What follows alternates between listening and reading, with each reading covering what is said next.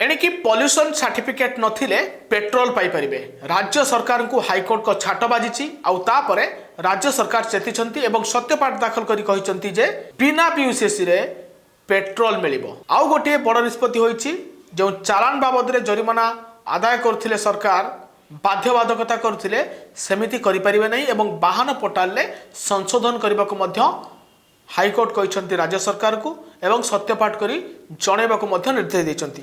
आपण को कहि रखे जे हाईकोर्ट कहते जदि कोनोसी गाड़ी रो पुराना चालान किंबा जरिमाना बाकी रहिछि तथापि सेमानंकु प्रदूषण सर्टिफिकेट मिलिबो।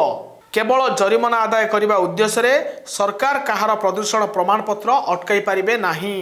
एही मामलार शुणाणी करी हाईकोर्ट कहते जे वाहन पोर्टाल रे तुरंत संशोधन करने को निर्देश मध्य देइछंती।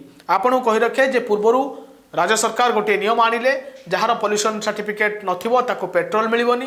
एपरिकी पॉल्यूशन सर्टिफिकेट पय आपण जेतेबेले जिबे सेतेबेले आपण गाडीर चालान जदि क्लियर न होइछ ताले आपनको पॉल्यूशन सर्टिफिकेट मिलिबो नाही। आउ ए नियम सरकार आनिबा परे सबुआडे आंदोलन हैला, विभिन्न फोरम पक्षरु मध्य विक्षोभ करागला, राजनैतिक दल माने मध्य विरोध कले। आउ तापरे हाईकोर्ट को पाखरे मामला पहुंचिला और हाईकोर्ट छाट बाजिबा परे मोहन सरकार एबे यू टर्न नहीं। एबे आपनको बिना पॉल्यूशन सर्टिफिकेट रे तेल मिलिबो एवं सरकार मध्य चालान पाई बाध्य करि परिबे नाही। ये गोटे बड़ अपडेट आसुछि।